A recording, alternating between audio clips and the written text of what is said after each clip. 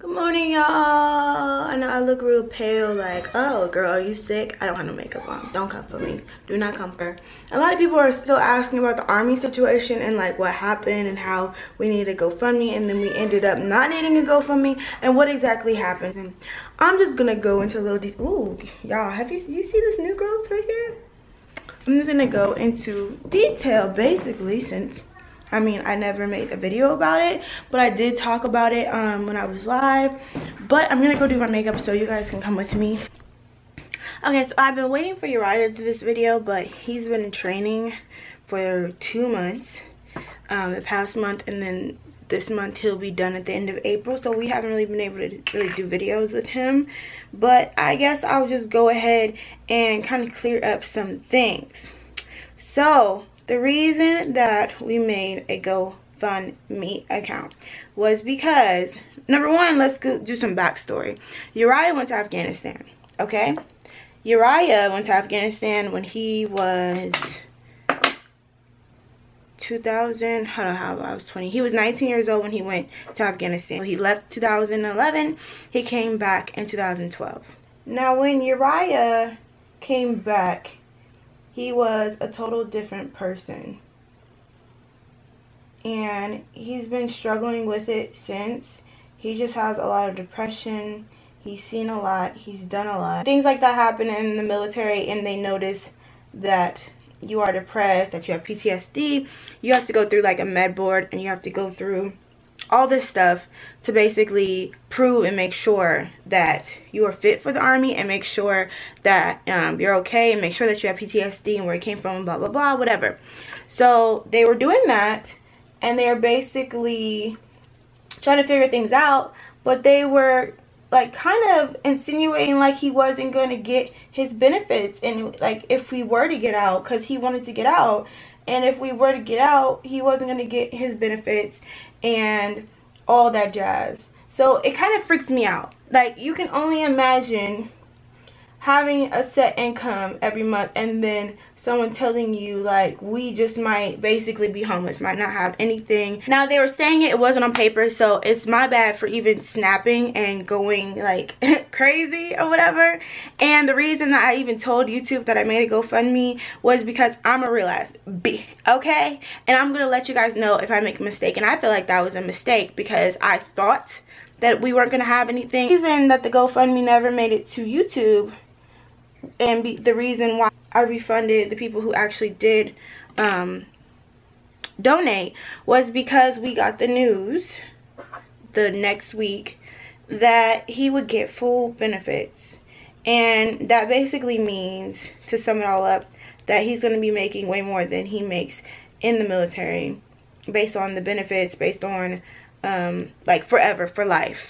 And also he's going to be going to school, so we're going to be getting BAH and all that stuff. So basically God found a way. God seen me break down. I had a whole mental breakdown, and God seen a way. Like, he was like, no, you don't need to ask people for donations. You don't need to freak out. Everything is going to be okay. And I should have just waited.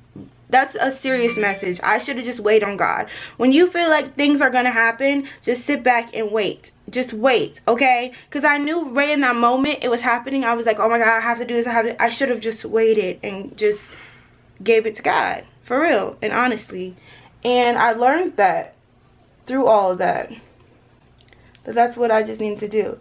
So when people are like, oh, how'd you go from needing $15,000? We didn't need $15,000.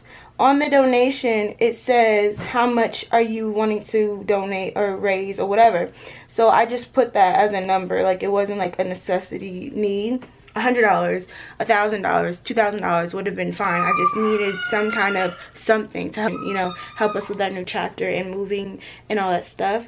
And then when we got the news, I was like, even if we do struggle, just to know that we'll have some type of income outside of mine is enough for me. I don't mind struggling because God has a lot more in store for us in our life, and I don't mind showing you guys and sharing with you guys because I'm human and I'm gonna go through my ups and downs just like any person. I'm gonna learn from my mistakes just like any person. But a lot of my A1 day one bills were kind of like thrown off, like how you go from needing a GoFundMe to buying a MacBook and buying a Fitbit, or just doing things with money when you just said that you needed money. And that is why once we realized that we were able to have a steady income after he gets out along with mine, we were able to still do the things that we wanted to do.